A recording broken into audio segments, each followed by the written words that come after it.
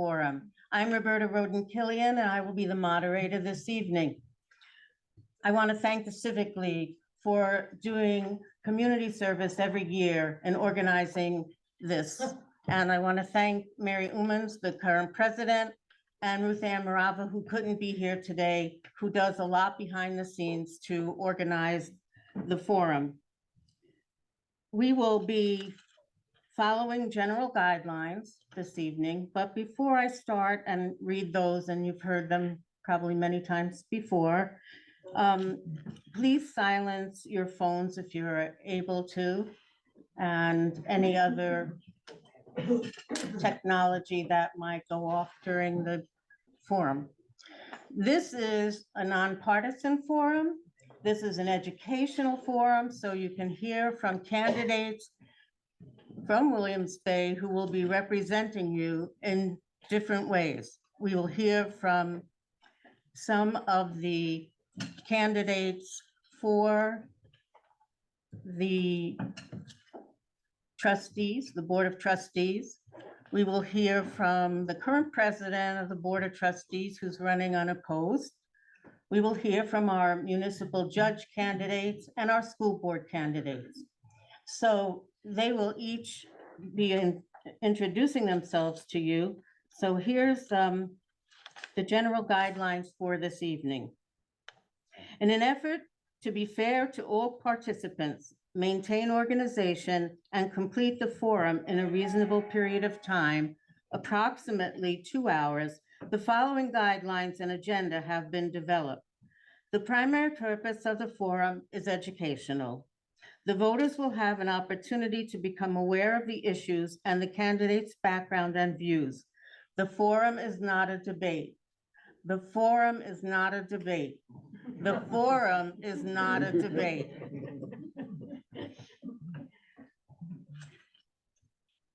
Okay. All who wish to speak must be recognized by the moderator. You'll please stand as you are able and state your name and your address.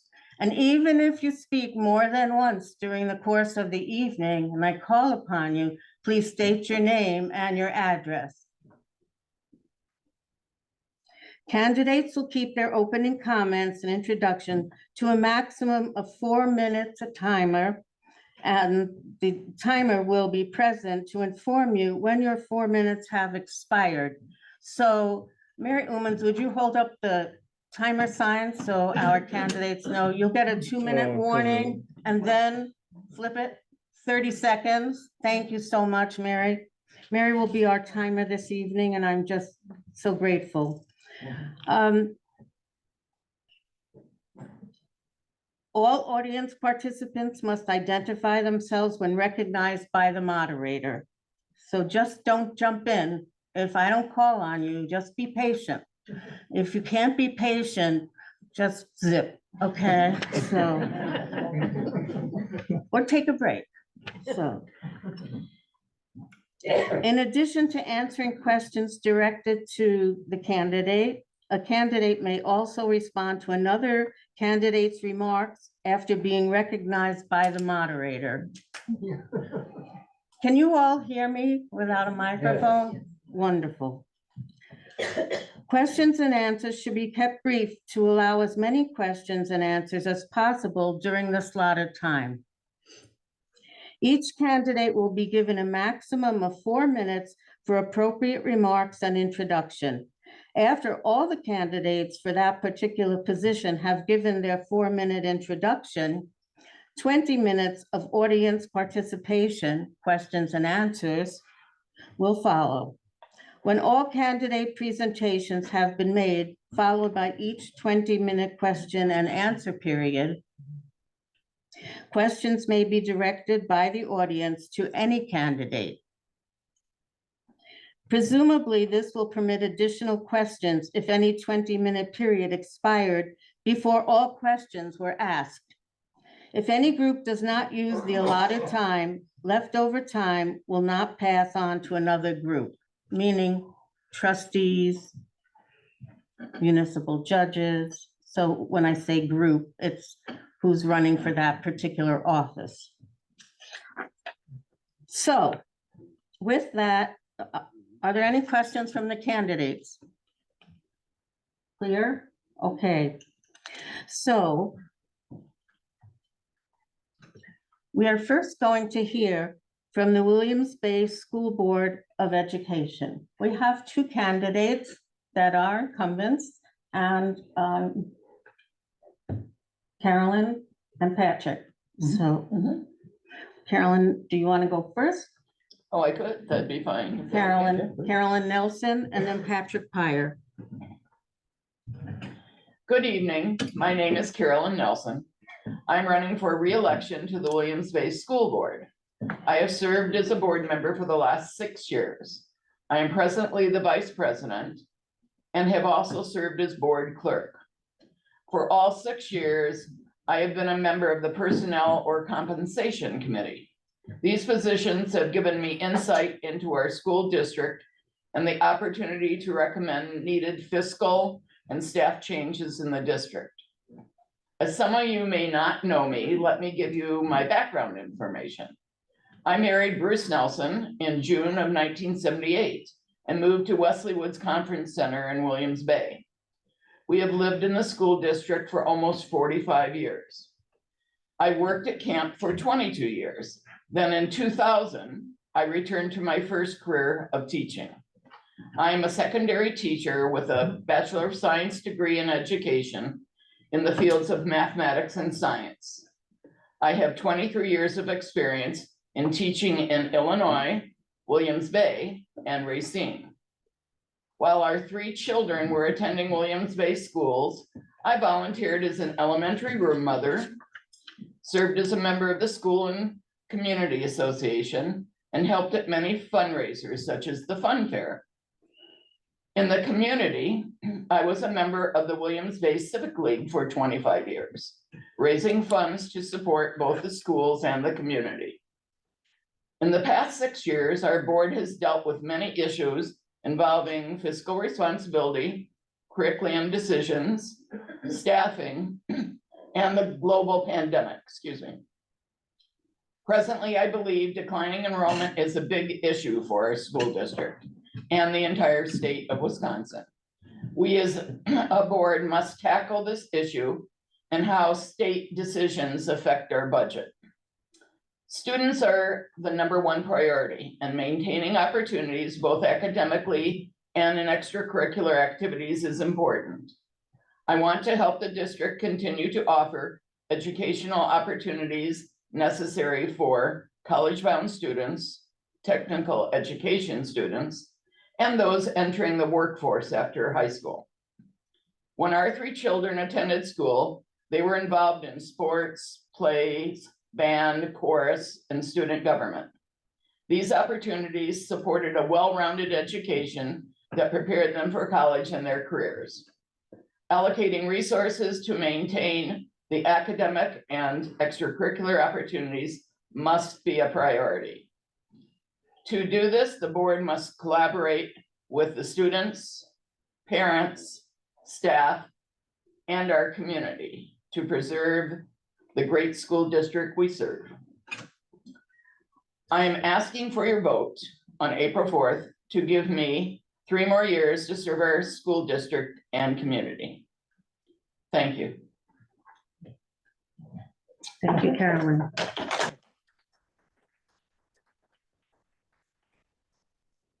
Thank you.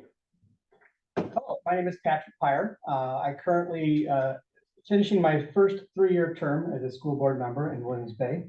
My family and I have lived in Williams Bay for 14 years. My wife Courtney and I are the proud parents of 3 children, one a recent class of 22 graduate of Williams Bay High School, now a freshman at UW-Madison, an 11th grade student and a 9th grade student currently attending Williams Bay. And we are also currently this year hosting a student from Japan, who's currently a 12th grade student at the school. I've been involved very heavily in the Williams Bay Rec Department upon moving into the district in 2009, serving as a volunteer coach for baseball, basketball, flag football, soccer, probably a few others. I currently serve as the Williams Bay Booster Club president as well. My background is I've worked in higher education for the last 28 years in various roles, currently serving as the vice president of student affairs at Rock Valley College in Rockford, Illinois.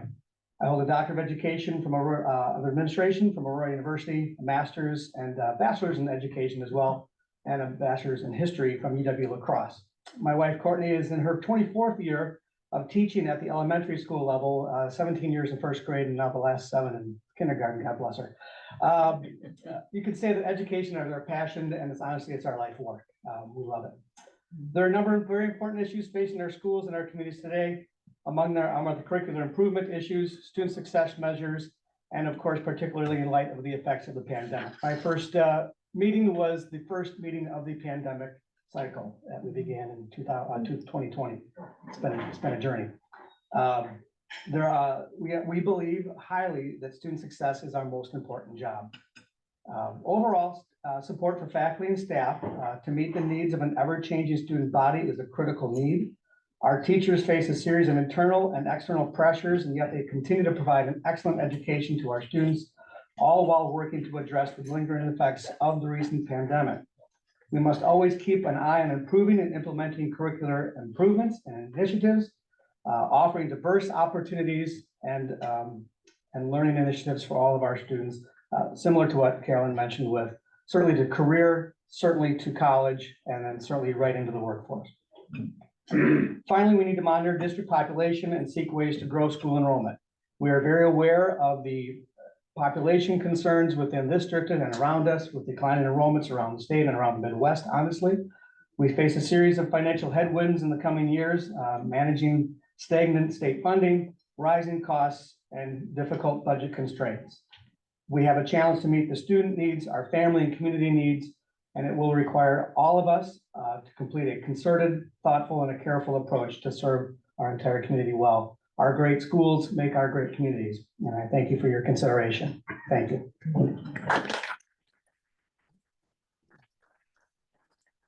Thank you so much, both of you, for those wonderful remarks about our school system. And I would like very much to open up the floor to questions and answers from the 2 school board candidates at this time. And remember that there will be 20 minutes of audience participation of questions and answers. So I'm standing here, so if you have a question for either one of the school board candidates, please raise your hand and I will call upon you.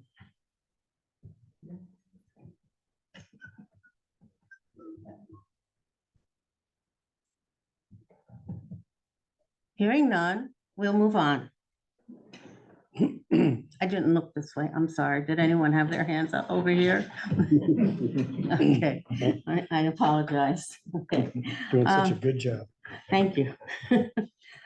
So next, we will hear from our Board of Trustees candidates, and each candidate is allowed 4 minutes to present themselves. And the 20-minute question and answer period will follow after all candidates have completed their introductions.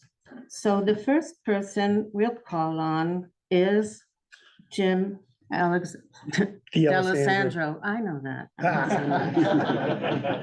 Well, I want to thank the Civic League for hosting us once again, and for everybody here that made it through all the road construction. Thanks. So currently I'm on the village board and I'm chairman of the Parks and Lakefront. I've been that for 6 years. One of the things I'm proud of is I've never missed a regular board or committee meeting in 6 years. So you can rely on me. I take that obligation very seriously. I also am owner of the Harbor View Motel Cabins over there by Bell Store. It's been in our family for over 50 years. So I'm the second generation there. I graduated from the Williams Bay High School in 1981. Graduated from University of Whitewater in Public Policy and Administration. I'm currently the president and one of the co-founders of the Williams Bay Business Association. Currently a Williams Bay Lions Club member. I was the president of the Lions Club back in 1998. And as some of you know, in the Lions Club, you can only be president 1 year. Otherwise, I think I'd probably still be the president of the Lions Club. No, I'm just kidding. Sorry, Jack. I'm also a member of the Williams Bay School Superintendent Advisory Committee, which I enjoy being on. I think it's really good to have a connection between the village board and the community and our schools, and that's a very important. One of the things is I kind of look at is planning infrastructure. I think we need to focus our tax monies on we're focusing on the upgrades to our water plant, replacing the 60 to 100-year-old water and sewer underground piping, reconstruction of 67, updating our comprehensive zoning plan, which we're about ready to finalize, building 2 new tennis pickleball courts up on Theater Road, updating the ones in Baywood Heights, and hopefully I'm working on getting some other tennis courts in the village and other subdivisions, especially Bailey Estates. Making sure that the proposed developments meet our village standards, water capacities, and traffic flows. 2 minutes, okay. Listening, I represent you, the residents of Williams Bay. Your opinions and ideas are especially important to me to be an effective trustee. You'll see me working and attending many of our civic events, listening, addressing your concerns and questions. And I just want to say, I hear you. We all want to preserve and protect our natural resources, especially Geneva Lake and the KNC, to protect the charm of our small town character. Every 5 years, Business Association has put out a survey, and hundreds of answers. So I listen to those and I incorporate those in a lot of decisions that I need to make here on the village board. We also want our downtown to look nice, but not overbuilt.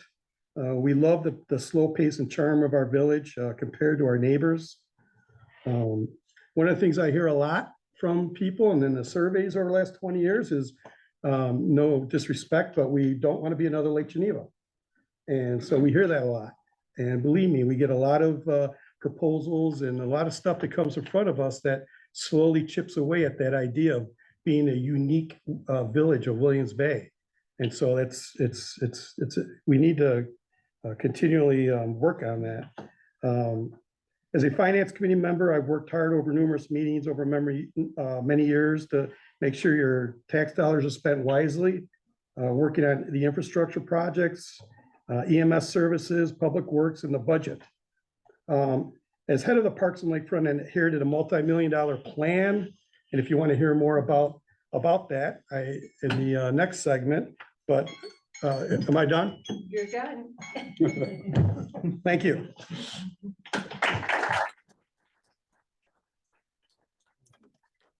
You, Jim. The next candidate that we'll hear from is Jack Jones. He's also running for the position of Board of Trustees. Hi, everybody. I'm Jack Jones, candidate for Williams Bay trustee. I discovered Williams Bay about 40 years ago. My wife's parents owned a place on Elm Street right behind the Bayshore Motel. So when my wife's parents felt they couldn't keep the place anymore, we bought it 9 years ago and slowly started rehabbing and remodeling the house. We found either Williams Bay tradesmen, contractors, or used trades recommended by Williams Bay people we were already using. We have been full-time residents now for about 2 years. We feel that Williams Bay is a great place to live and retire. People are nicer up here and it's much easier to get around. I've made it a point to use Williams Bay businesses whenever possible. Mike at Williams Bay Automotive does all my auto related work and has worked on my daughter's car too. She's from Illinois. My wife uses Clearwater Salon and Day Spa, and I get haircuts there too. We use the Green Grocer and frequented Daddy Maxwell's a bunch before they closed. My wife has brought me into Geneva Lake General Store where we met Stephanie Morrison and got Williams Bay focused merchandise. Williams Bay has a lot of great businesses and I feel they've got a lot of potential for more too. By using local businesses, it helps you to get to know the area and some of its strengths and weaknesses. Some businesses would like to see longer timeframes allotted to parking spaces in front of their business because some of the services they provide take longer than 1 hour. Residents of Congress Street have commented to me that they would like to see better speed control, etc. I'd like to see out-of-town visitors pay for parking via parking meters at Edgewater Park and the other public parking across the street from the bay. Not business parking, I'm not saying that. I've been to many lake and oceanfront communities, and they all charge for parking for out-of-town visitors. Visitors, while welcome, place an additional burden on village resources. They should shoulder some of the costs too, especially since Williams Bay is approaching deficit spending in their annual budget. The building across some clear waters at Walworth and Geneva Street and its parking lot is an eyesore that needs improvement. I would work to see how Williams Bay could encourage the owner to at least aesthetically improve that highly visible part of downtown. I've been asking business owners and residents what they would like to see improved or changed, and I've gotten many suggestions. They like that their opinion is solicited. We have a great village that can still improve. I've interacted with William Bay trustees, working with them to bring attention to a local motel, not yours, that needs needed improvement to bring it up to code and revise some local statutes related to the motel. The trustees who are approachable have told me that they are open to some changes, but these changes don't happen overnight. That's fine with me. Williams Bay has helped me become a WIA official. Last year, I went to a Williams Bay High School football game. Coach Tim, I didn't know he was a police chief at the time, allowed me to meet with the football officials, and I've been officiating high school football games from Milwaukee to Beloit since. George Vlatch, village trustee, who's a respected WIA wrestling official, he's helped me get involved in wrestling here in Wisconsin also. So I appreciate that. I also officiate Illinois high school football and Illinois high school wrestling as well. And I also officiate a few NCAA Division III football games. This last football season, I was part of a crew that was selected to officiate an Illinois high school state final football game in Champaign at the University of Illinois. And I bring it up just because it took a long time and I'm really proud of it. In short, I feel I can help improve Williams Bay be better than it already is. And I hope to earn your vote.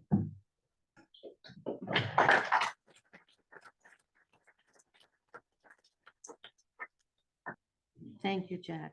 Our next candidate for the Board of Trustees is Stephen Russell. Well, my name is Steve Russell. I moved into Williams Bay 7 years ago, 7 years ago in 2017. My wife and I at the time were living just east of Lake Geneva in the town of Lyons. I grew up in Oak Park, Illinois, suburb of Chicago. I graduated from Northern Illinois University with a Bachelor of Science in Education degree. I was a history and a sociology major. I had intended to go to law school, instead got married. My wife and I will celebrate 48 years of marriage this year. We have 3 children, 6 grandchildren. I have coached traveling soccer for over 14 years. I have participated in school board or school district committees, especially when it comes to redistricting. The area where I lived had over 30,000 students in the school district. After graduation, I substitute taught for a little bit. Wasn't really the career I had chosen, but I went back to work doing industrial service work. So I started out as a technician in an industrial market servicing industrial process cooling equipment and plastics injection plants. After about 10 years, I got hired by a manufacturer, and that's been my career for over 35 years. I've worked for 3 different manufacturing companies. The first company I worked for, I started out as service manager. I did startups all over the world, commissioned equipment, North America, South America, Asia. Started, as I said, as service manager, became plant superintendent, plant manager, vice president of manufacturing, vice president of operations in that first environment. Grew the company from about $4 million in sales to almost 40 million in sales while I was there. I then went to work. I resigned, took a job as president of another company, started out as VP of manufacturing. Over about a 3-year period, we reorganized the company, sold it. And then after the sale, I moved on to my third company, which was up here in Union Grove.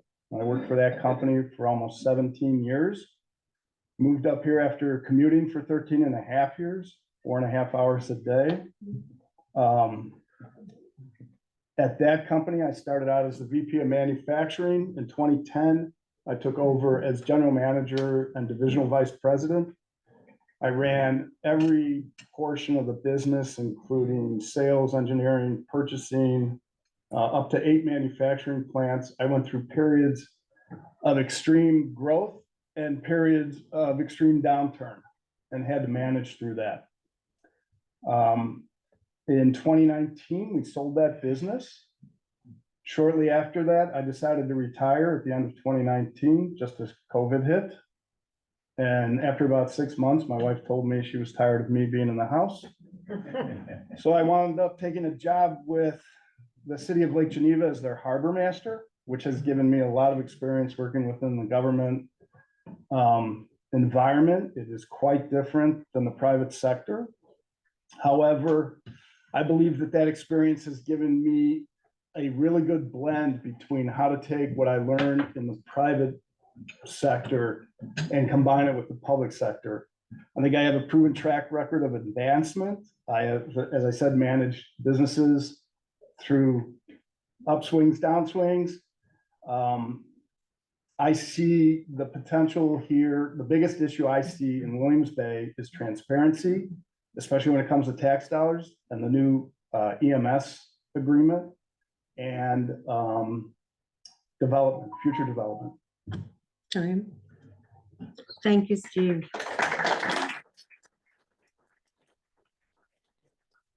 The next candidate who couldn't be here this evening but submitted a letter for me to read is George Vlock. George is currently serving as a trustee and he has been on the board for several years. So this is his remark.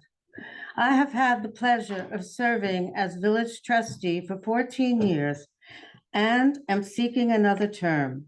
I have served on every committee and currently serve as the chairman for Protective Services and chair the Zoning Board of Appeals.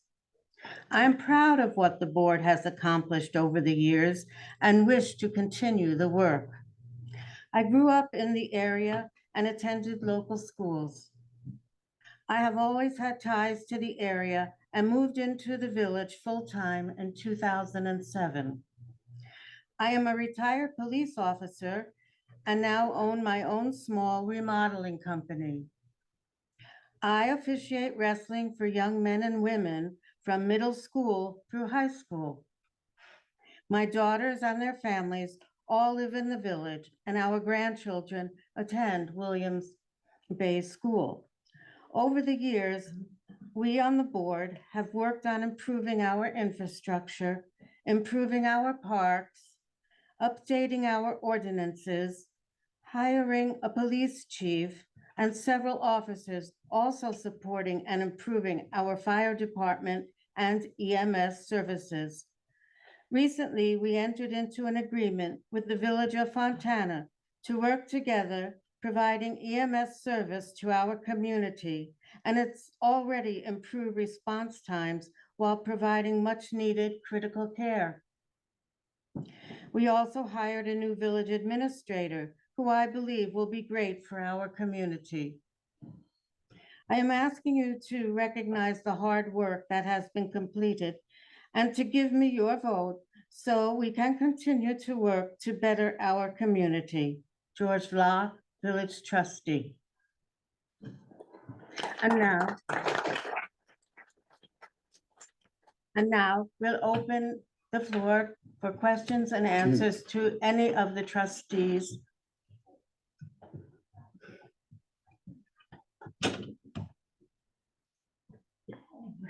Toby, please state your name and address. Rita Polarski, 556 Wilmette Road in the Bay. 2 questions. Can I combine them both? For Yep. Mr. Russell, you mentioned for the EMS, we voted upon that, and that was something the village was agreeable to, so I didn't know what your remark meant. Was that one question? That was one, but then I wanted to go to Mr. Jones then, and you brought up parking meters, which it's been a sore subject, you know, for the village for a long time, that we're against having parking meters because we don't want to become a Lake Geneva. So I don't know how you could, you know, convince us to do otherwise. Thank you, Toby. All right, I'll answer. Go first. ahead, Steve. Okay.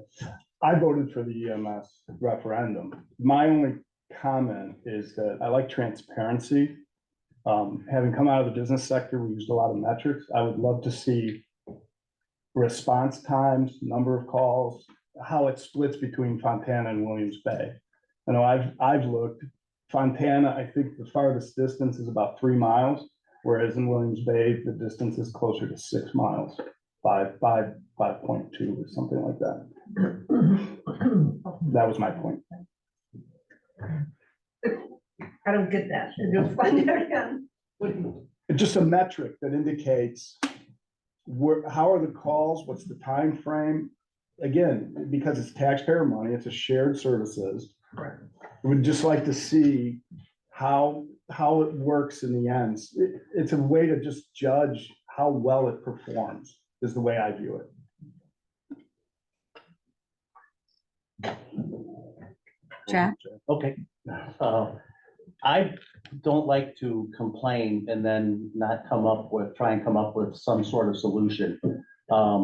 Almost every community I've ever been to, beachfront, river, whatever, has had paid parking. And the reason I was looking at it as a solution is because Williams Bay is going in this deficit spending direction as far as their budget. And I'm trying to look for other ways to supplement the income without coming back to the taxpayers and saying, we got to cough up more money. So I'm not saying it's the best, but it's something I came up with, and some of the trustees have said they've been willing to examine it. And I'm just talking about right at the beach or across from the Edgewater Park. I'm not talking about the businesses at all as far as meters. So I'm not saying it's right. I'm just trying to come up with ideas. Thank you, Jack. Could I respond to that? Yes, you may. Can I read it? Trustee Delisandro. Well, you keep mentioning our deficit, we're heading towards deficits. I just want to say that our general fund balance right now is 1.2 million that we have. 450, also we have $450,000 allocated to a fire department building. Now that's allocated. That doesn't mean it's dedicated. And 300,000 also on top of that to our pier slips. We also have 300,000 of the EMS revenue that was passed by the referendum that will go back into that balance. So if you look at it, we have about almost $1.7 million. So we're nowhere near a deficit. We're actually pretty good financial shape. So I don't believe we've done any deficit spending as far as being on the finance committee. So, and it's not a debate. It's not a debate. So I'll make it a statement as far as, I'm saying. And as in regards to the EMS, we do get reports. We had a meeting today. A couple of the trustees asked for more specific reports. We are going to get those. I think it's a temporary, was a 2 or 3 year contract that we have with them. And we're also going to be discussing a long-term solution based on those numbers. Because we know I don't think that's a long-term solution contracting with the Village of Fontana. Because they have other issues, we have other issues, whether it's fire department and the EMS. Hopefully we come up with more of a regional solution and we begin meeting with other entities. So if you look at, I'm sure those are public reports on the EMS, which do give the numbers and response times on that. Or I'm not sure about the response times, but they do give the numbers of calls to Williams Bay. And there is a EMS truck that does sit in Williams Bay, because we had that same concern about response time. And so we asked them to put a truck in Williams Bay. So to reduce our response time. That's all I wanted to say about that question, Rita. Thank you. Thank you, Jim. Again, we're not debating, but I went to the previous administrator and the current administrator, and they did tell me that they didn't say that there wasn't a cushion, but they did say that currently expenditures were outpacing income. That's not true. But anyways, it's not a debate. This is so. Do we have questions on this side? Judge Robeson. So Lake Geneva Stand has moved their parking fee up to $4. And on top of that, they've jacked their fine for parking up to $50. So what is your opinion for each of you on that? I don't know how much to charge. I'm just throwing ideas out there and see, and need to go through the process or talk to somebody to see if it would be viable, how much to charge. And I think $50 for a parking violation is way too much. She directing To all of us, I guess. Go ahead. Well, I work for the city of Lake Geneva. So I hear a lot about parking, fines. I do not work in the parking area. That was voted by the city council, not, by staff. What I love about Williams Bay is not Lake Geneva. It's as Jim said, quiet town. You want to retain its attitude.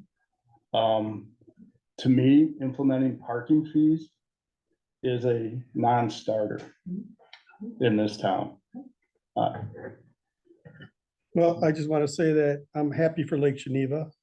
I'm happy for the fact that people do come into Williams Bay. They can, yes, and they can park across from the lakefront and walk the lakeshore path. They do visit our businesses. I mean, in all reality, we only have one street that runs through Williams Bay, east and west, and that's Geneva Street. So we're only going to have so many people come into our village.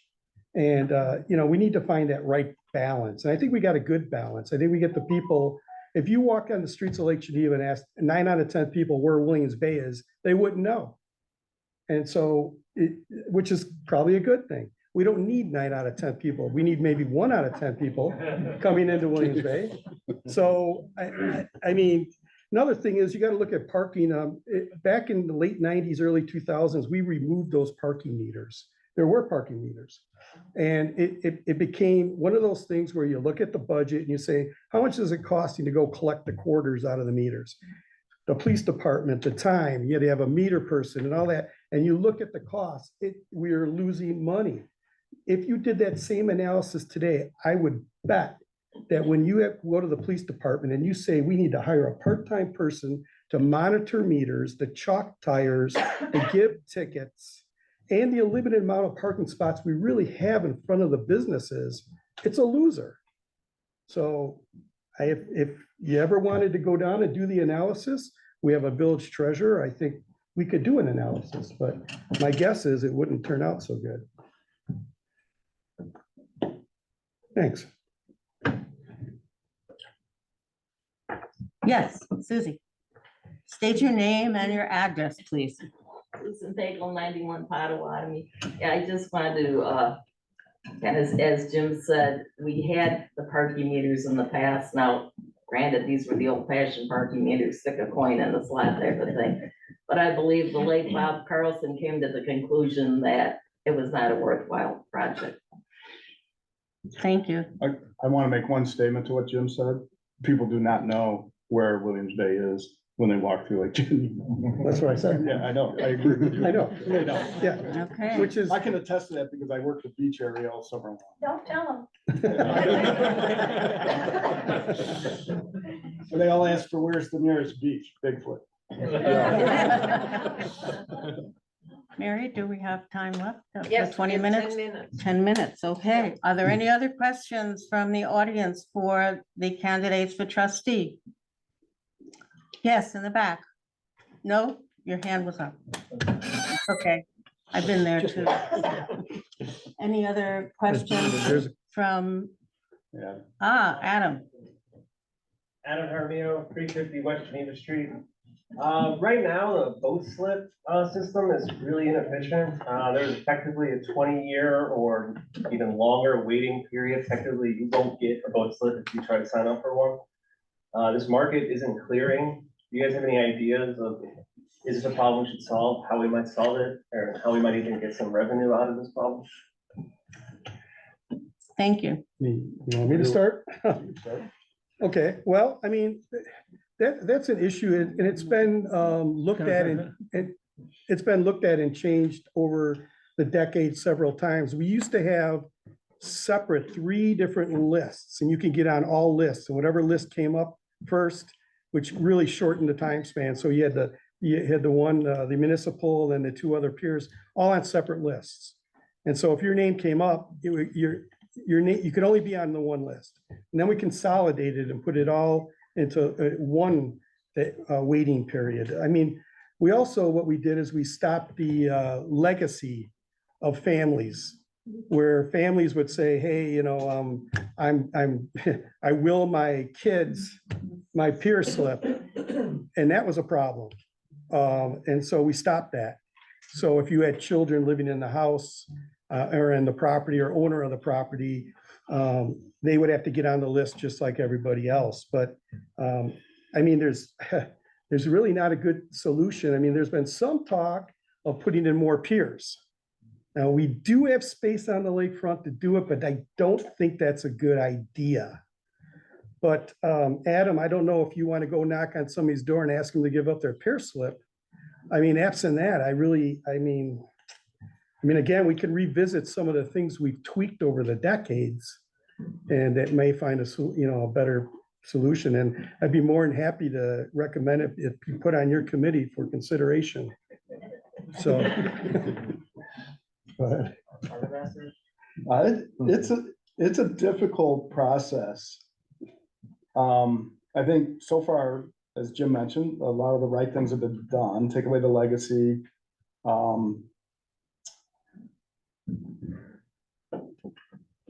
I think there needs to be more transparency. I've tried to look on the website and I can never find a list of who's actually on the wait list, because I know I'm on there for something, but I have no idea where I stand. You won't survive. I know that. You know, and any decision you make on peer slips irritates, how many slips are out there? 60, 50? I've never counted them, so. There's like 120, Is there 30. that many? Yeah. 120, okay, so Somewhere you around irritate 120 residents. There are some things that could be done. You know, you could classify people in their residency level as, are they part-time residents or full-time residents? Yeah, you irritate people. You can modify rates, that irritates people.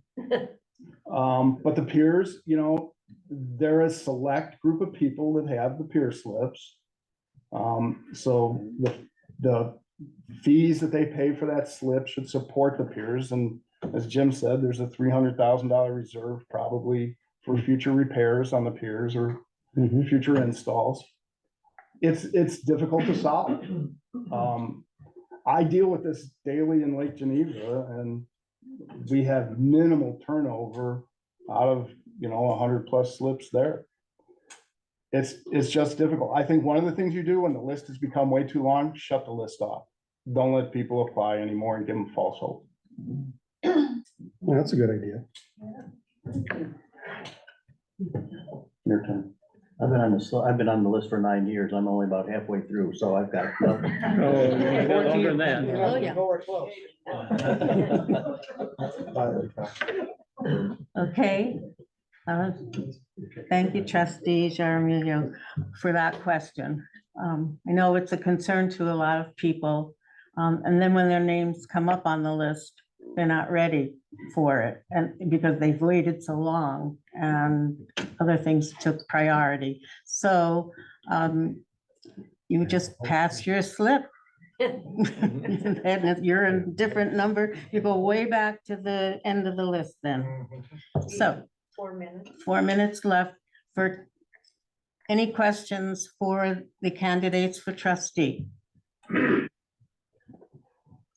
Emily. Hi, I'm gonna come over here so I can look at everybody.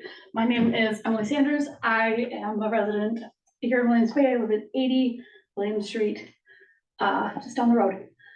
The Village of Williams Bay, we see a lot of change, not a ton of change in our residency. I know that there's talk of expanding in certain areas, and how do you feel about, or what is your plan for finding housing for younger people who might not be able to be in the market for a $400,000 house?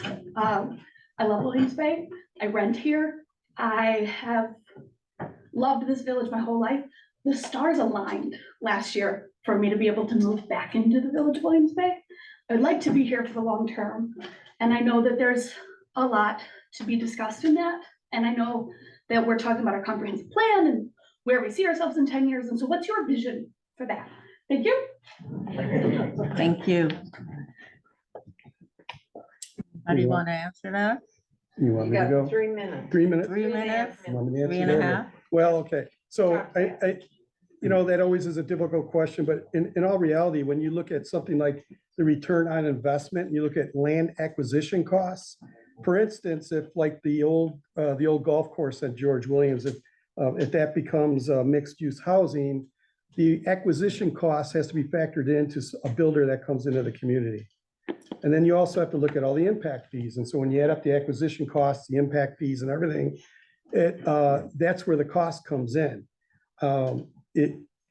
Otherwise, a person is not going to buy that if you say you need to, purchase it at a high price and have lower cost housing. They're not going to make any money and they're going to go away. Bigger cities, what they do is they get community grants, state grants, federal grants, and communities to help with the cost of the acquisition of land.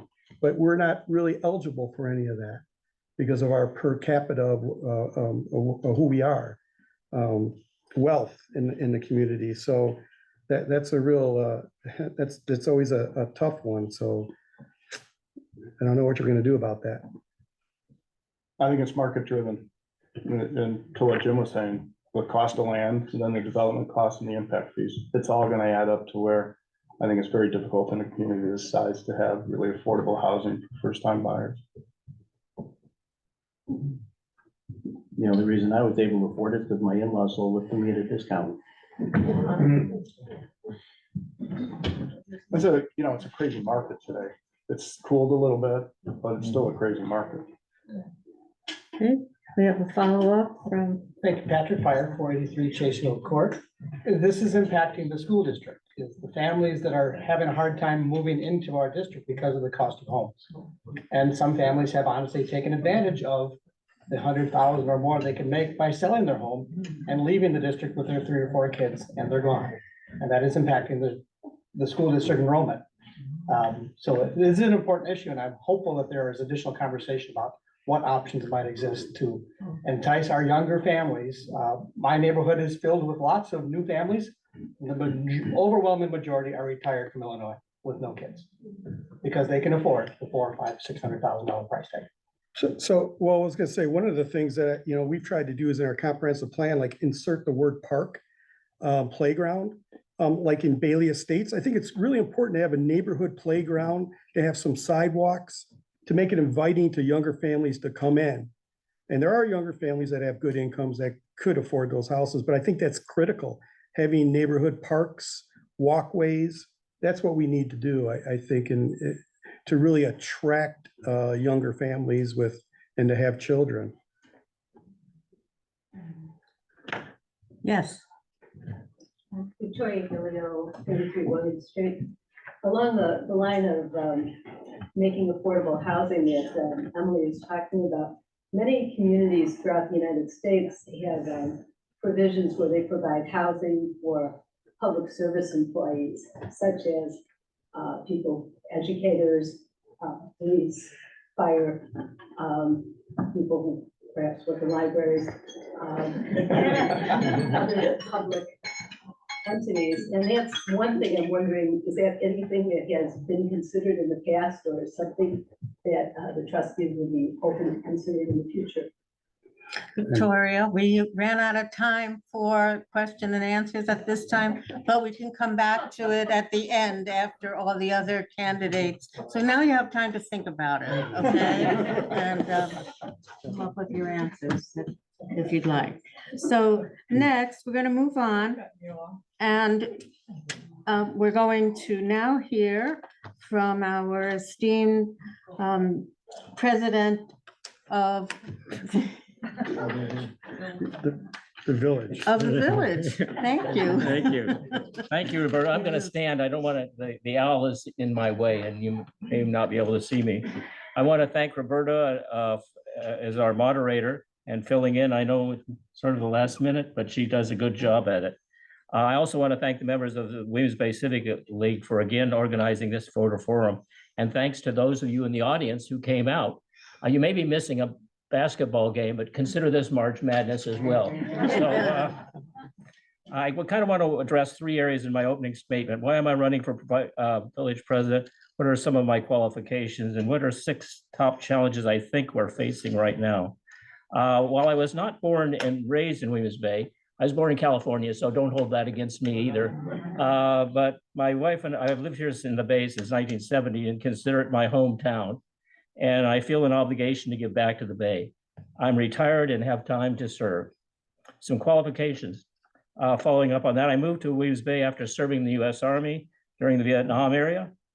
My wife at Laverne and I lived in the Bay for 53 years. We raised our 4 children here. I'm a retired senior vice president for Aurora University, George Williams College. After 41 years, I retired. And during that time, I dealt with many of the same issues that we face in village government. Over the years, I've served as a trustee and village president. I have chaired the building, zoning, and ordinance committees, as well as the finance and personnel committees, as well as the plan commission and serving on other committees. I also serve on the Gateway Technical College Board, the Geneva Lake Law Enforcement Agency, the Geneva Lake Association, the Chapin Foundation, and Welcome It. These organizations have direct connections to the Bay, and I keep an eye on them. Some of those show up on your tax bills as well. So I want to try to keep them down as best we can. What are some top challenges I think we face? Improving village infrastructure. You're seeing that happening right now, particularly in water and sewer. Some of it's almost 100 years old or older. And we're replacing that in 67. And that's why there's so much digging going on and that it's very expensive to do that.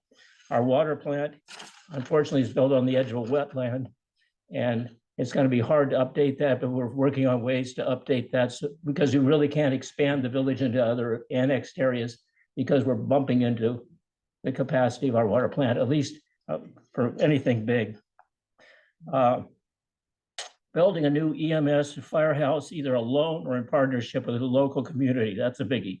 We've been in conversation with the village of Fontana, who wants to figure out some way to do that jointly and maybe look at other communities who want to join us, as Jim said.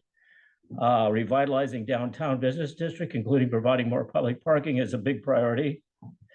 I'm not particularly in favor of paid parking. We looked at that, and the equipment now is so expensive. These electronic things are very expensive to install. Given the volume that we would have, I don't think we could pay for it.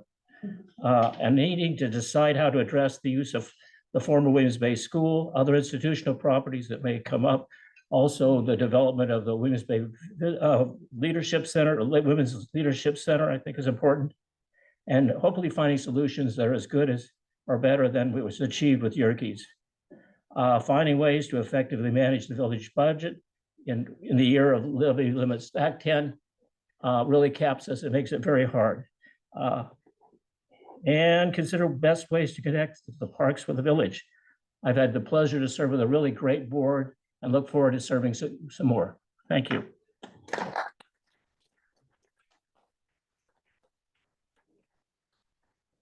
Are there any questions for President Duncan at this time? Yes. State your name and your address, please. Donald Robeson, 25 Stam Street, Williams Bay. Thank you. Now, there has been some talk about closing the Williams Bay Municipal Court for budget reasons. Would you be amenable to forming a joint court with some of the other courts that are closing on the lake, such as Fontana and Lynn? Or do you think that the better option would be going to the county? And, the police here do a great job of enforcement. However, during the summer, we're still not, probably, I think all of us would agree, not enforcing enough if we've been driving down the streets. And I do recognize that the budget of the court is probably the budget that we would have for one more officer. Mm-hmm. So considering this, what do you think the better option for the future of the court is? I hadn't really thought about a joint court with Fontana or some of the other possibilities. I think that could be a good solution. in helping to spread the cost. The court system doesn't pay for itself anymore. It used to way back, but now it's become more expensive to be able to operate the court, so it's a drag on the village. If we moved it to the county, we'd save approximately $42,000 a year, but we'd lose some personalized service. So if we could figure out some way, Judge, that would be a good possible thing, something for us to look into. I'm open to that. Yeah, you might even got a young man here that'd probably be interested. I think. Are you voting for him? I don't know yet. Well, that's a good question.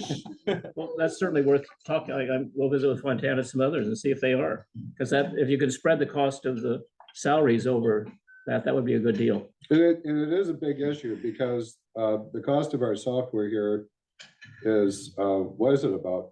You know, the contracts for $7,000 a year, Yeah, it's, yeah, something ridiculous like that. And then the more enforcement we do, the more cost it comes to my staff. mhm, My salary has increased, but my staff, it's hard to get people that even want to do the job. yeah, So at the end of the day, you're either getting people together on the lake, hopefully, and preserving a municipal court, or everybody's gonna head to the county. Now, the last time everybody went to the county was a long time ago, and the county's response was, we're gonna make you have municipal courts. And that's when David Williams opened the municipal court here in 1968. okay. Certainly a good option. Thank you. Are there any other questions for President Duncan? Oh, don't let me off this easy. You have 17 minutes. Keep talking. Yes, I- Well, hearing none, we'll move on. The next candidates that we will hear from will be the candidates for municipal judge.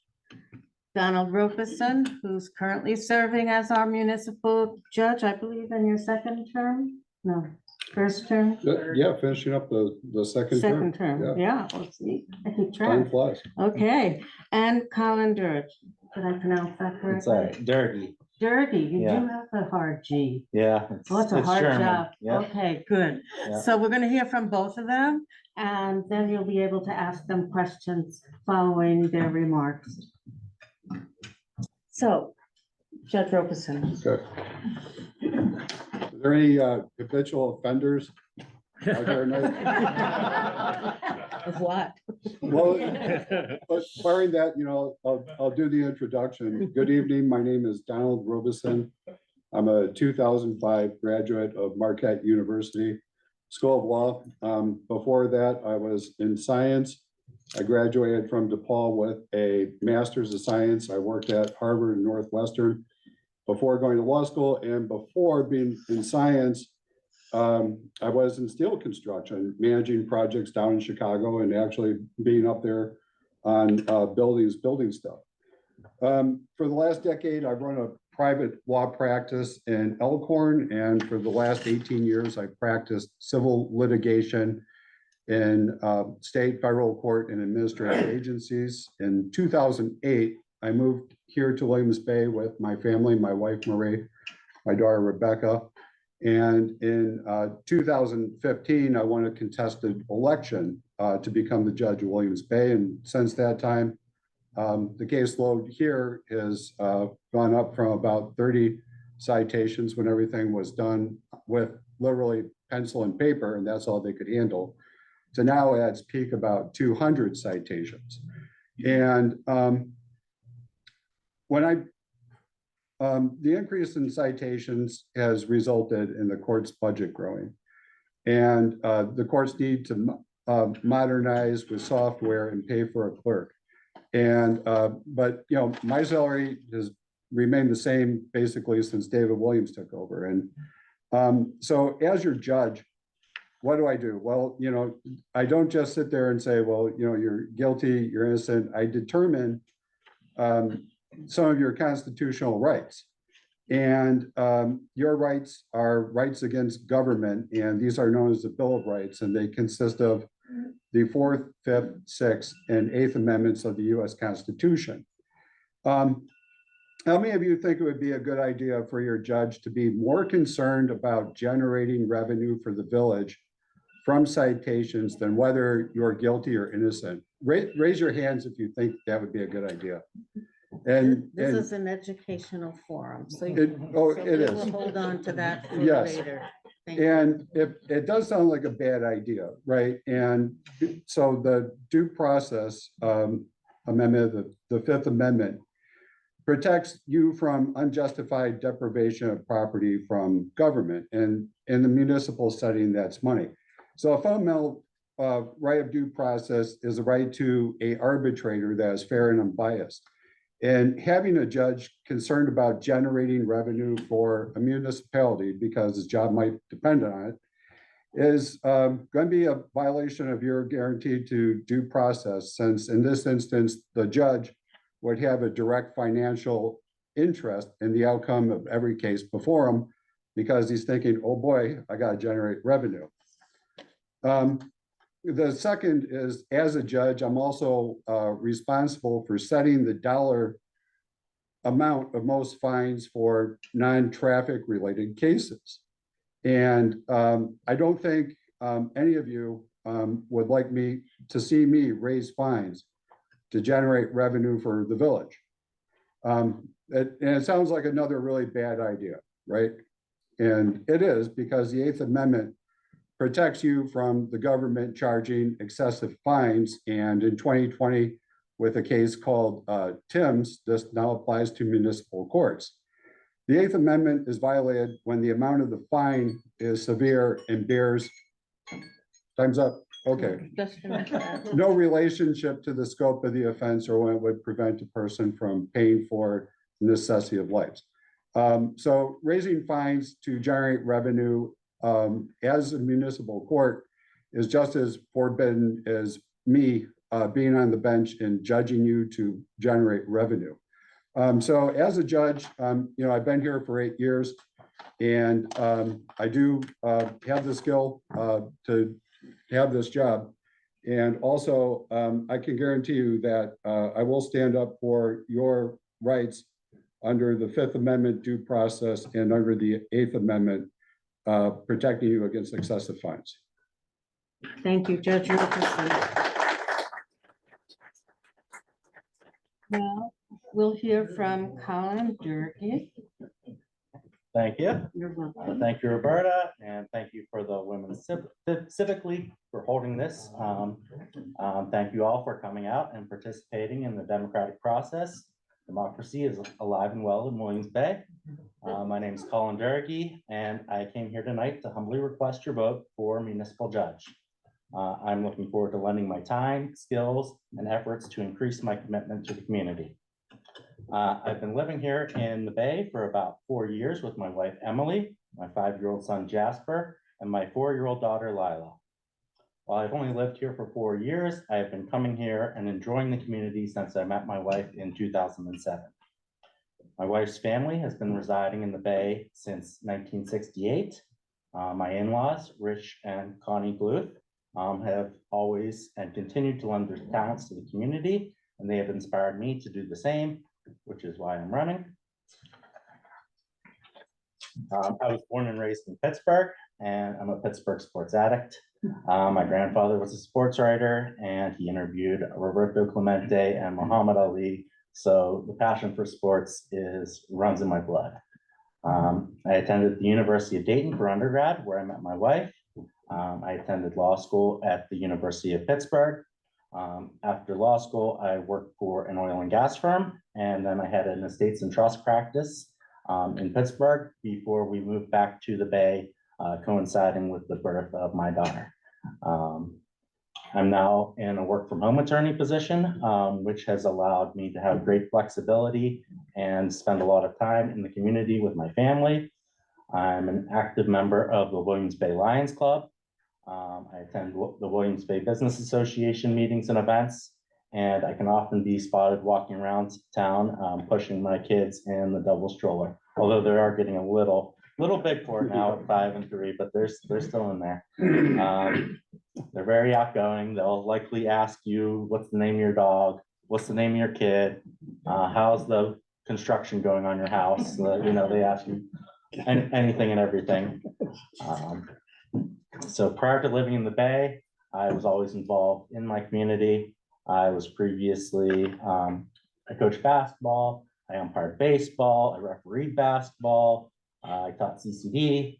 I spearheaded some neighborhood trash pickups, a few other things.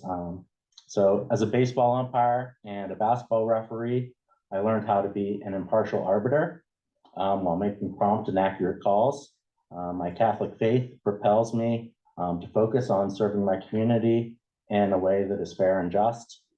I'm an avid reader. I always looking to challenge myself to read more and think deeper. I'm currently working on reading and in many cases rereading a list that I found of the top 100 books of all time. So I try to, you know, keep my mind engaged in that regard. You know, I couldn't do it as much in law school. Now that my kids are a little bit older, you know, I maybe squeak out a little bit of time to read. So as a candidate for municipal judge, my main goal is keeping the community a great place to raise a family.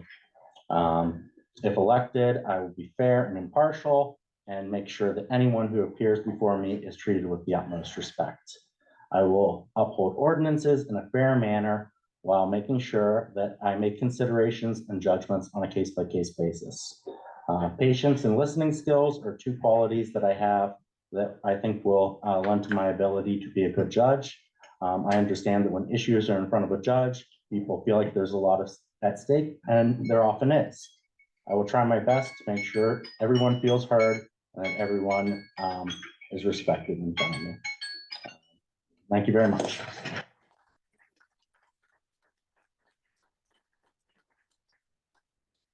So now we have 20 minutes, the final 20 minutes allowed for questions to any candidate. So if you have a question, please remember to state your name and address. And yes, we will go back to Victoria's question that she didn't. So Victoria, and yes, Mr. Killian. Shouldn't this just be the judicial candidates first? You are correct. Thank you so much. That's why I get in trouble. Okay, I haven't done this in a few years. I'm a little rusty. So, okay, so now we have 20 minutes to ask questions of our two municipal judge candidates. Mr. Killian. Jim Killian, 91 Potawatomi, Williams Bay. My question is to both candidates, but I would like to ask candidate Durgee first and then Judge Robertson. What is your position, or what would your position be on, instead of issuing sentences of jail time or monetary penalties, what would be your position as a municipal judge for sentencing someone for a minor offense or community service? I'd just like to hear both of your opinions. Well, I'm very much so a proponent of community service, and I think it's much more beneficial than jail time or fines in many situations. I mean, it can't be all situations. There's things that are obviously probably it would be well above my jurisdiction, like murder and things of that nature, that obviously you can't sentence in that nature. But especially for youth offenders, especially for someone who, just made a mistake. People make mistakes. I think that getting someone involved in the community and having them, even if they did say something, say they vandalized a property, and it's better to get them to, clean up that community, meet people around that community and then it starts to register in their head, that what I did was wrong. And, I can do better and I can do something more. So I would highly be a proponent of community service over punishment for fine. So there's a red book that sits on the shelf in the office, and it's an explanation for judges on how they're going to do things, written by the Supreme Court of the state of Wisconsin. And what we do is buy the book, literally buy the book, by that red book, and by the statutes. The statutes for adult offenders say one thing: if someone is found guilty, pleads guilty, the first thing you have to do is inquire, well, can you pay? And if the answer is yes, then they get a set time to pay. Only normally in instances when an adult cannot pay is that adult allowed to get community service. And then there is no way to force somebody to take community service. For juveniles, it's a little bit different. With juveniles, most juveniles, if they're not working, they don't have money. And then you don't want their parents to pay, right? Because what do you learn if your parents pays a citation? Well, you can break the law without consequence. So for a lot of the juveniles, I don't order, but ask if they want to do community service, and then I can order it. But if a juvenile still refuses to do community service, and it's surprising how many young people don't want to do it, then you have to impose the monetary fine on people under 17 at the end of the day. Well, what can I do? I can, if the offense does not involve a motor vehicle, I cannot take their driving privileges away. And that is a case from Wisconsin that went to the Supreme Court of the United States. I believe it's called Kilgore. So what can I do to a youthful offender in a non-driving situation if they don't pay? Well, I could take their fishing license. Right, and if they're under 15 years old, what do they say to me? Ha, I don't need one, right? And then,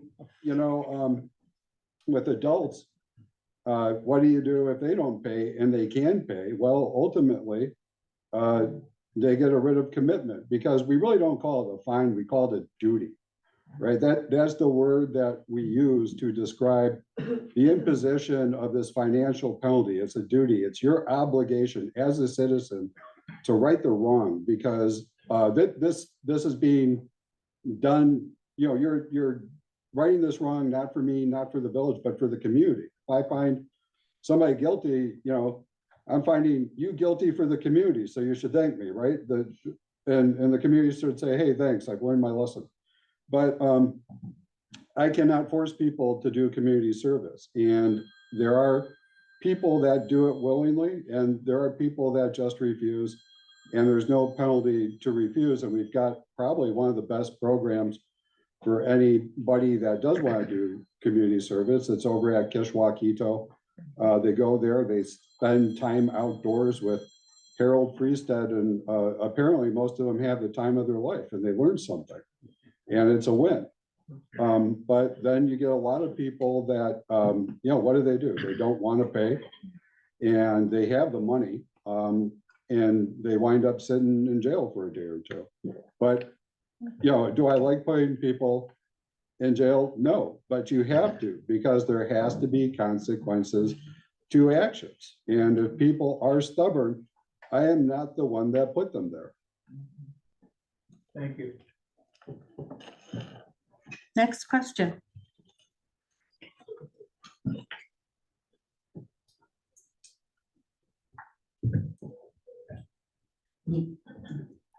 Hearing none?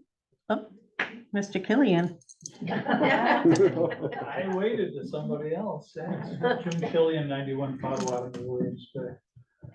I would like just the opinion of both candidates about a couple of years ago. The Lake Geneva Law Enforcement Agency was housed right here on our village lakefront in a low building that is now occupied by our Parks and Recreation Department. when they were there, they paid rent to the village for the use of the building. But it is also my understanding that the court cases that were handled by the law enforcement agency that takes care of the water surface of the lake, those court cases came through this municipal court.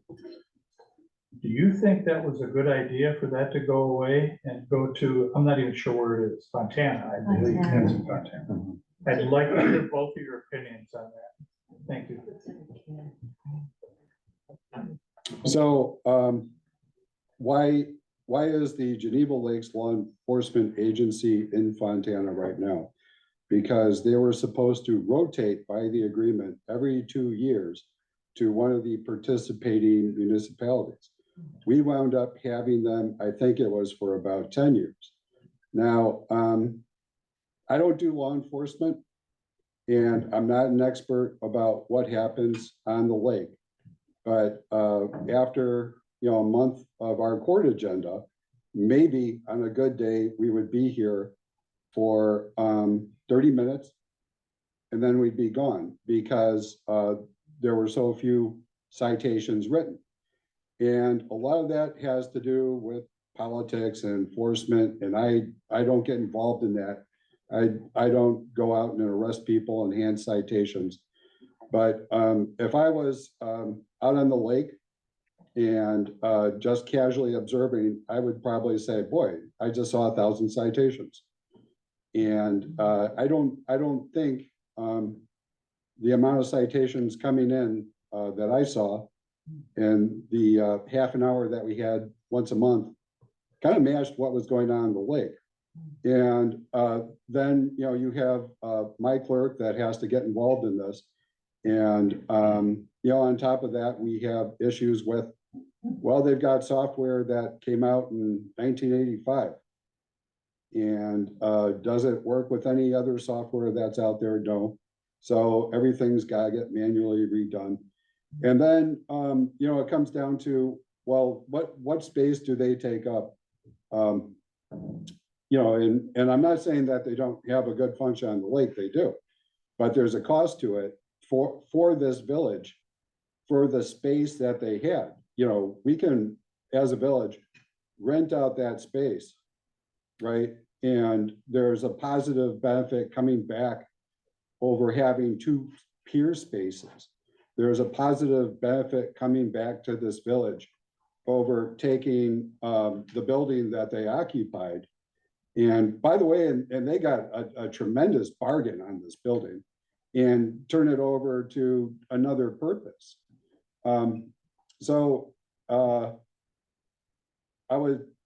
can't say I was sad to see him go, but I do know that the attorney that we have in this village, while he represents in the village, does in fact, he gets things done, and he gets things done quick, without any BS, and with minimal cost, and he does a great job.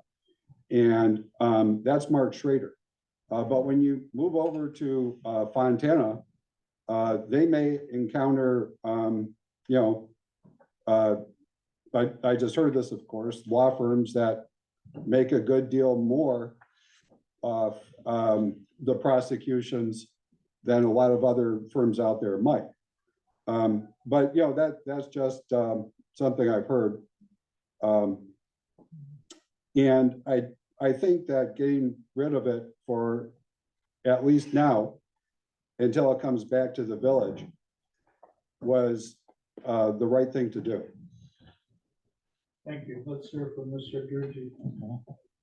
I mean, I think from a safety perspective, it would be nice to have them here. Obviously, from a legal perspective, I didn't witness that and witness how it affected the municipal court here. But I think that we need to police the lake better generally. Like I said, I don't know if that is definitely would be anything that I could influence in this position, but I think it's something that we just need to have to prevent deaths, to prevent accidents, to prevent, father-in-law was in water safety. They've, they do a lot. It's good to have a police presence there as well. So, like I said, I can't really speak to it from a judicial perspective, but just from a overall safety perspective. Thank you so much for both of you. And a long time ago, you still have a statute on the books that water safety patrols can, as a matter of fact, hand out citations, but you got past the laws for it.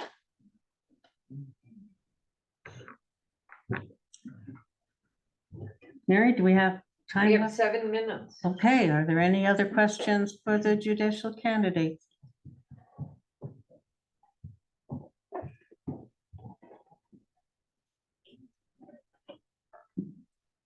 Hearing none, we'll move on. So now is the time where we have 20 minutes for questions to any one of the candidates for any of the positions they are seeking election for. So again, if you have a question, raise your hand and I will call upon you. Yes, Vicky. I would, Victoria Gilliel, 33 William Street. I would welcome anybody's response to my earlier question. Will you restate your question, please? My earlier question was in response to an earlier question about affordable housing in Williams Bay. And my question was that are the trustees or is the village open to any considerations of viewing things that other municipalities have done throughout the United States in terms of making affordable housing available to public sector employees like firefighters and our police officers and our educators and our people who serve in other public capacities in the village? And in the alternative, have anybody considered intergovernmental cooperation agreements? For example, when foreclosed properties come on the market, there have been examples in other municipalities where the municipality will have an intergovernmental cooperation agreement with a community college to rehab a house and then put it on at a rate affordable to another category of people. Thank you. I can speak to part of it. In the recent comprehensive plan redo, we've been looking at mixed use properties. So if a larger piece, like perhaps the back 9 of the Williams Bay, the George Williams College Golf Course came out, it will require a mix of not just high-end housing, but of lower-end housing. Also, there was some creative solutions around smaller lots and more concentrated, which would lower the cost. Lots in Williams Bay, they were running like $80,000 and $100,000 a lot. So that you start there, and how do you get affordable housing on top of that? So some creative ideas around smaller lots, but still having more green space around them is one of the options that we've talked about. I'm not quite sure how we'd handle providing housing. That would be more difficult, but that last part was creative, but possibly. Well, I just want to say a lot of communities, again, you speak of is, these are larger communities that are eligible for a lot of grants and governmental money. And the formulas that are used is there's a lot of low-income people in those communities, and they get a lot of monies for that to help subsidize it. Again, you could ask Dr. White from the school here.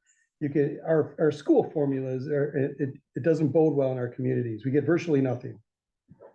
So yes, you're right. There are those kind of grants and out there, but we get virtually nothing. So that makes it really difficult to do something like that. I mean, I know we've had a history way back. I know when Yerkes Observatory and maybe even George Williams used to house some of their employees. And I know over the years of some of our businesses have lended, I think, one of our police officers a house to an employee. So we've had some of that going on. But absent that, it just really comes down to money and space, and we're just so small. I think it's market driven, as I said earlier. I mean, I live out where Patrick lives, and 3 years ago, houses were advertised out there 280s. That same house today is 480. But I think you need to be open to it. But I also believe that it's up to residents as far as the diversity, the density of housing. I know I lived in Aurora, Illinois. That's a town of almost 200, or city of almost 200,000 people. They had a lot of issues with affordable housing, where you place it, but they had more diversity in housing too. And I think that lacks here. So I think you have to be creative and open to it, but you also have to listen to all the residents as to what they want. Thank you. Well- Does anybody else want to comment on? I just want to make one more comment about that. I think just most recently, Inspiration Ministries with the Abbey Resort tried to put in low-income housing on a piece of property and was met with tremendous amount of pushback by the communities. And that's another big challenge when you go to put low-income type housing.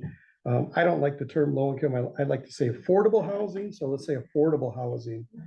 Wherever you propose it in an area, all the people that live around there are going to be right here in Village Hall or in the communities against it. So that's another problem you face. There's even the businesses like the Abbey to buy a parcel of land that's really surrounded by hardly anybody. They couldn't even do it.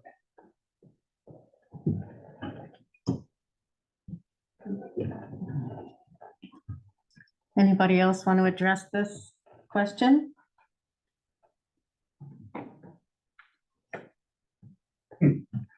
Okay, We have moving- 14 minutes. we have 14 minutes left, and you may address your questions to any of the candidates.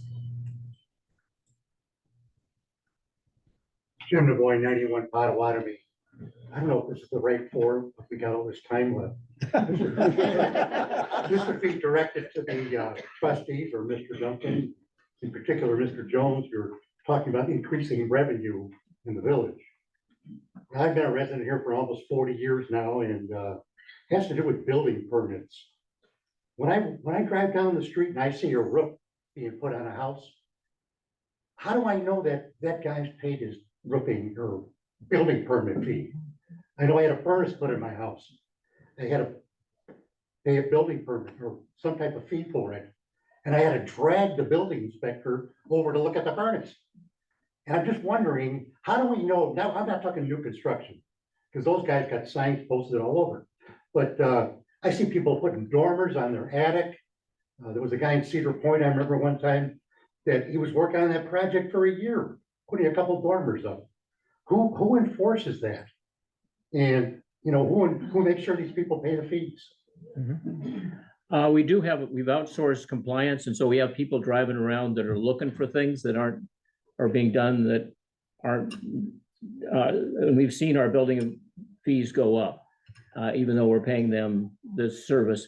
We used to have a building inspector who had multiple things. They had zoning, and it was just very difficult to find somebody with those levels of skills. So we've outsourced compliance, we've outsourced building inspecting, and we have a higher quality of that. So I think we catch most of it. Now, somebody who knows how to put their own water heater in might be built, that might just, why we don't know. Furnace, but Roofs for seems to be the roof for most sure. predominant thing. Roofs for sure. I see guys come in, a crew come in and, you know, they'll do a whole house roof with 10, 15 guys in one day, Yeah, you know? you should look for, there should be a building permit Why don't we make, displayed. if you put a sign up, why don't we make it phosphorescent red? You know, you put a little white sign in the window, you know, you never know what it is. I got you, Jim. We weren't doing a very good job with pre-permits before, but we're doing a much better job with that as Well, well. that's another example too. I mean, I lived in Willow Bay Woods. I still own land there.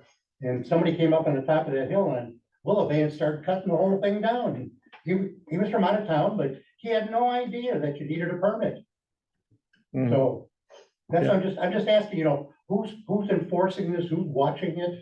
Because I know I've dealt with the building department and, you know, I know they're part-time. And you almost have to make an appointment sometimes. In fact, Yeah. you do have to make an appointment You do have to make an appointment. to see them. So I can't see them driving around looking for violations. No, the compliance people are doing that.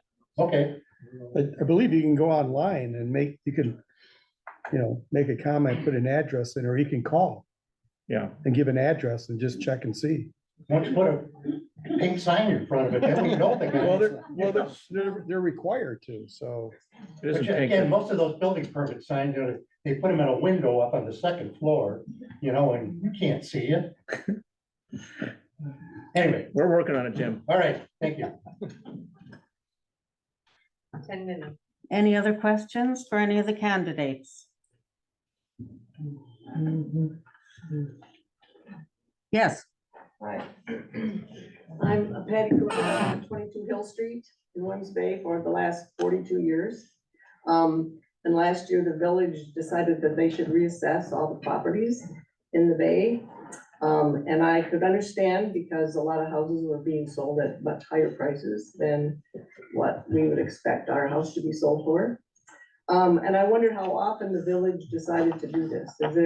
Is that in a plan that says we'll do this every couple years or every 3 years, or I can do when the that. houses go I back can do to that one. different price? Yeah, we're required by state law to keep our assessments within 90% of what they say they should be.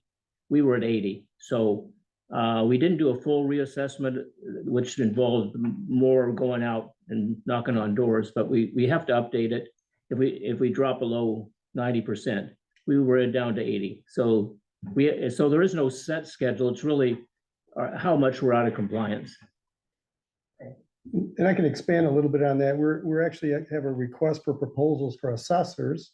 We haven't done that in many years, but what a lot of communities do is, in order, so you don't fall under the 90%, a lot of communities will reassess every year.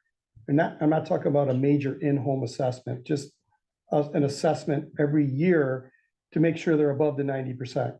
Some communities wait till they fall below 90%, like Bill did, and you get to 80%. And so then you get to that 80%, and then the state sends you a letter and says, you need a major reassessment. Yeah. So the reason that I think a lot of communities do it every year to stay above the 90, so you don't have a big boom, a change. Well, that's the way we do it, but I think we're gonna look at that.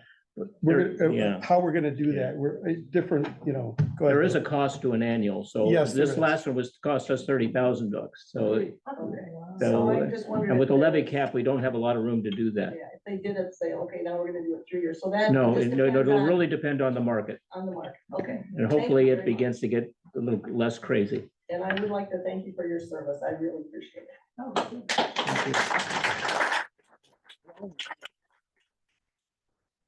and please be respectful of each other when you answer questions.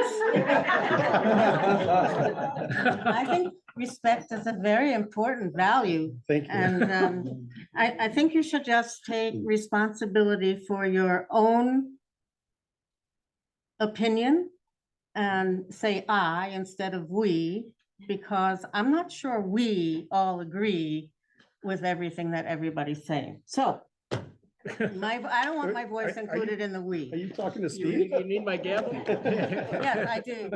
But, okay, are there any other questions for any of the candidates? 7.5 minutes. 7.5 minutes left to the forum, and I want to make an announcement before, so that'll be a half a minute. Okay, before we adjourn. Any other questions? Goodness gracious, you're an educated bunch of people, in my opinion. So. Can I just point out, I'll take advantage of it. We have our new administrator here, David Ledspike. And if you look at his name, you'll never be able to pronounce it that way, but.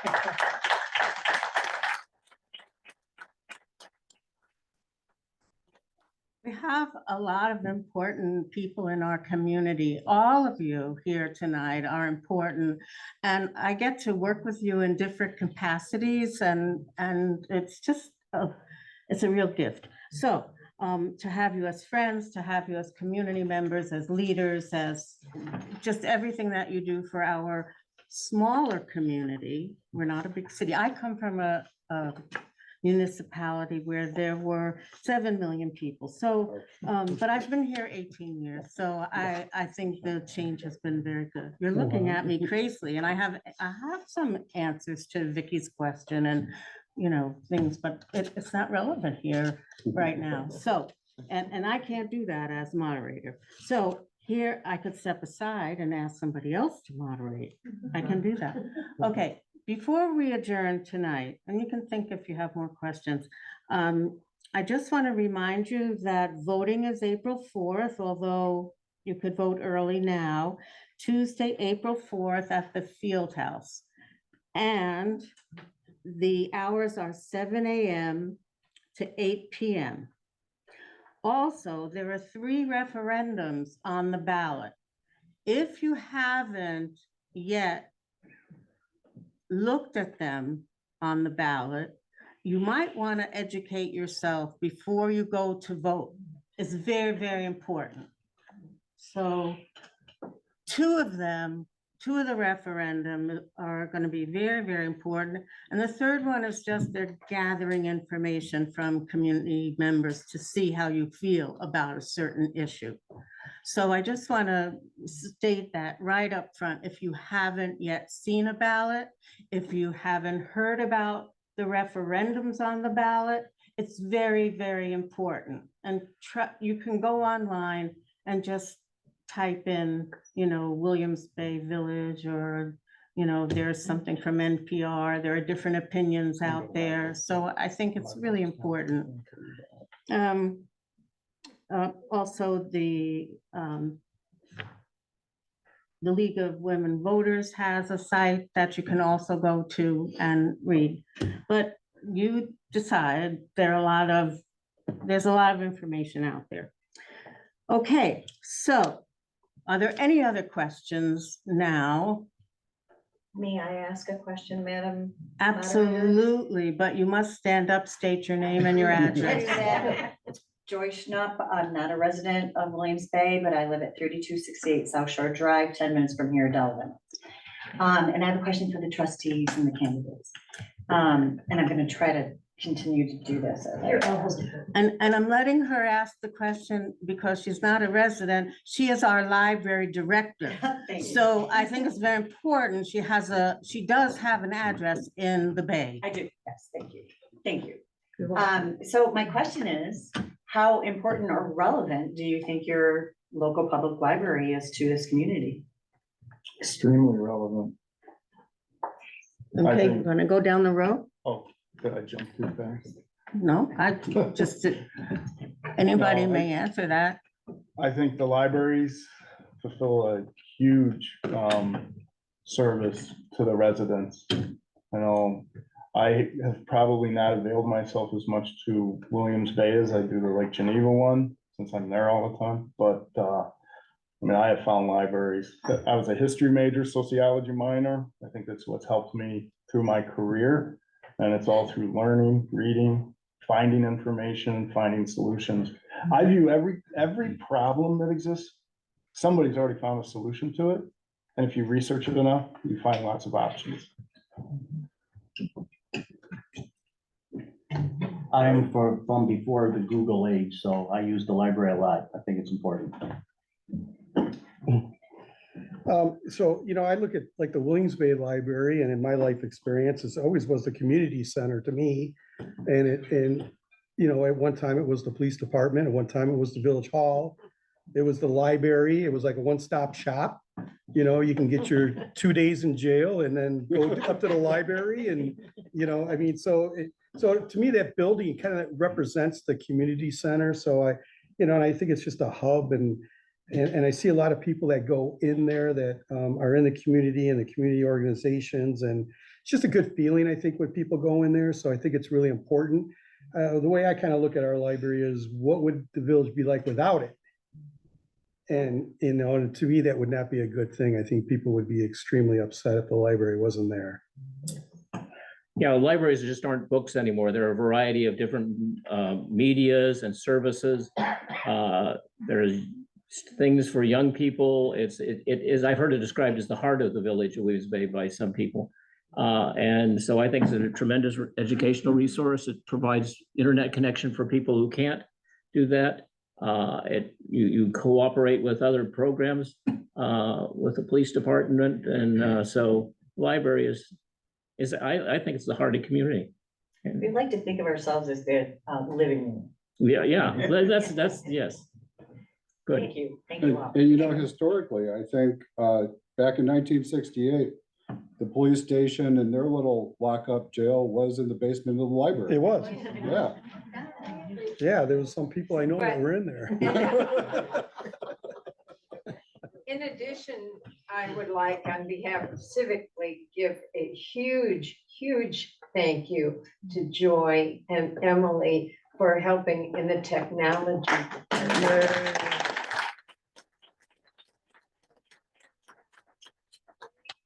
Work today, this is no time off, and to spend several more evening hours of their precious free time to be doing this week. So thank you so much.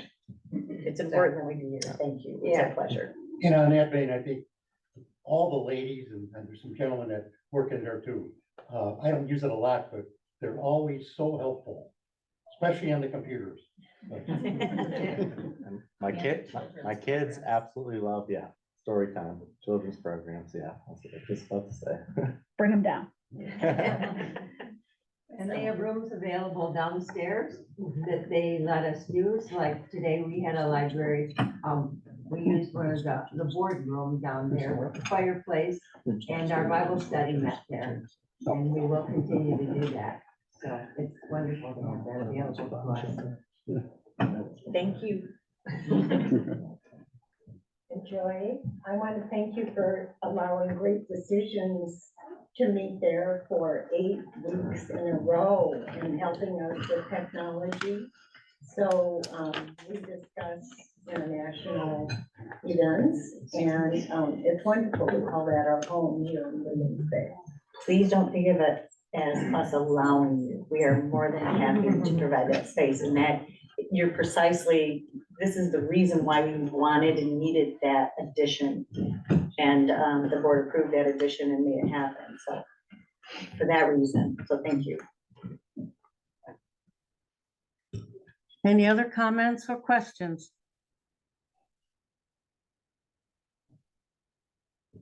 Hearing none, I would call this 50th voters forum to a close and thank everybody who's been in attendance, everybody who's asked questions, all the candidates for coming out and sharing with us. And it's been a pleasure to moderate. I was told that there may be contentiousness tonight. Why? And so I am so happy there wasn't any, but I'm not happy because I love when it's contentious. And I can. Thank you, Roberta.